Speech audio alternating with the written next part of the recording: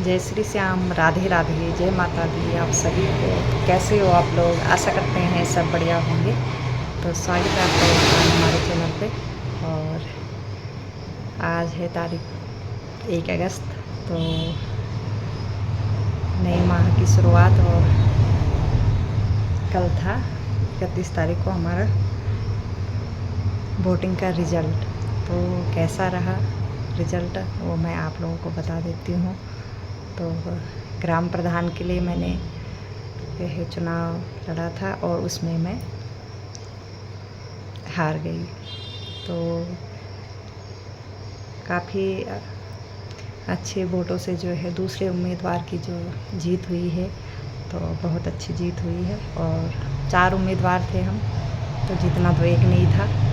तो काफ़ी अच्छे वोटों से उसकी जीत हुई और 3 उम्मीदवार हम हार गए। और लगभग सबको एक समान वोट मिले हैं, तीनों को। और अच्छे वोटों से उसकी जीत हुई है, जो चौथा उम्मीदवार है।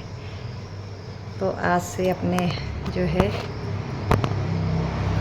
काम पे फोकस करते हैं। और सोचा था चलो अगर हो जाता इस चीज़ में तो घर की तरफ ज़्यादा ध्यान देंगे, जिम्मेदारी लेंगे तो गांव ज़्यादा ध्यान देंगे। और काम का भी मैंने सोचा था कि दुकान बंद करनी पड़ेगी, तो उसके लिए भी मैं तैयार थी कि भाई जब कोई जिम्मेदारी उठानी है, कोई पद लेना है, तो उसको हमें पूरा टाइम देना पड़ेगा। और शायद यह भी रीज़न रहा हो लोगों का वोट न देने का कि मैं कोटद्वार में रहती हूँ, एक कारण ये भी रहा हो। लेकिन फिर भी मुझे ऐसा विश्वास था कि लोग इतना भरोसा कर सकते हैं कि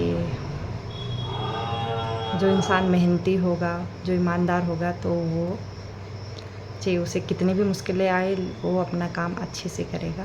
तो ऐसे मुझे आशा थी। लेकिन जो है वोट अपना जो है अपना अधिकार है, मत अपना अधिकार है। और इंसान सोच समझ के ही अपना वोट देता है। तो जो भी हुआ अच्छा हुआ। और उम्मीद यही करेंगे कि अच्छे से अपने कार्यकाल को निभाएंगे वो लोग। और शुभकामनाएं जो ग्राम प्रधान बनाए हैं हमारे गांव का, तो बहुत बहुत बधाई उसको भी। और आशा करते हैं कि अच्छा विकास करेगा गांव का। और देवर हैं हमारे, इसलिए ऐसे बोल रही हूँ। तो सभी उम्मीदवार मेरे से छोटे थे, देवर हैं सारे, देवरानियाँ मतलब। तो बहुत बहुत बधाई उसको भी। और आजकल चल रही है शिव कथा देवी मंदिर में, कोटद्वार में। तो मैं तो गांव गई नहीं, कल परसों मैं यही थी। और मैंने कहा कथा हो रही तो कथा सुनते हैं, और जीत जाएंगे तो फिर जाऊंगी गांव में सबसे मिलने।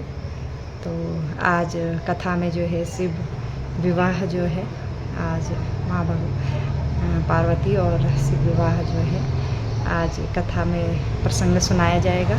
तो आप लोगों को भी मैं कथा जो है वीडियो के माध्यम से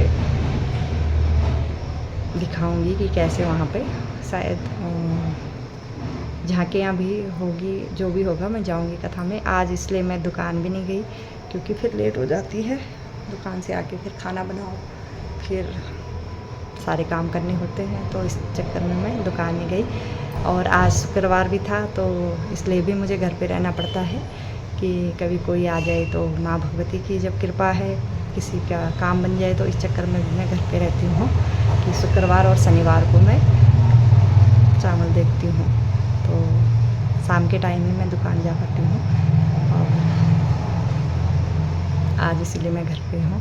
और अब मैं खाना बनाती हूँ फटाफट से, और उसके बाद हम कथा में जाएंगे 3 बजे से।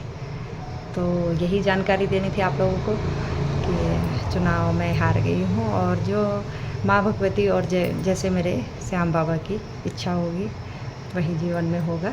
मैं पहले भी यही कह रही थी और आज भी यही कहूँगी। और जब हम भक्ति में होते हैं तो फिर हमें इतना जो है कोई भी बात इतना फ़र्क नहीं पड़ता। और सोचते हैं कि चलो कुछ और हमारे लिए सोचा होगा भगवान ने। तो भक्ति में ये चीज़ है कि जो है धैर्य बना रहता है, इसलिए हम सभी को भक्ति करनी चाहिए। और भगवान से प्रेम करना चाहिए, क्योंकि उनके प्रेम का जो है इतना बल होता है कि हमें छोटी छोटी बातें प्रभावित नहीं करती हैं।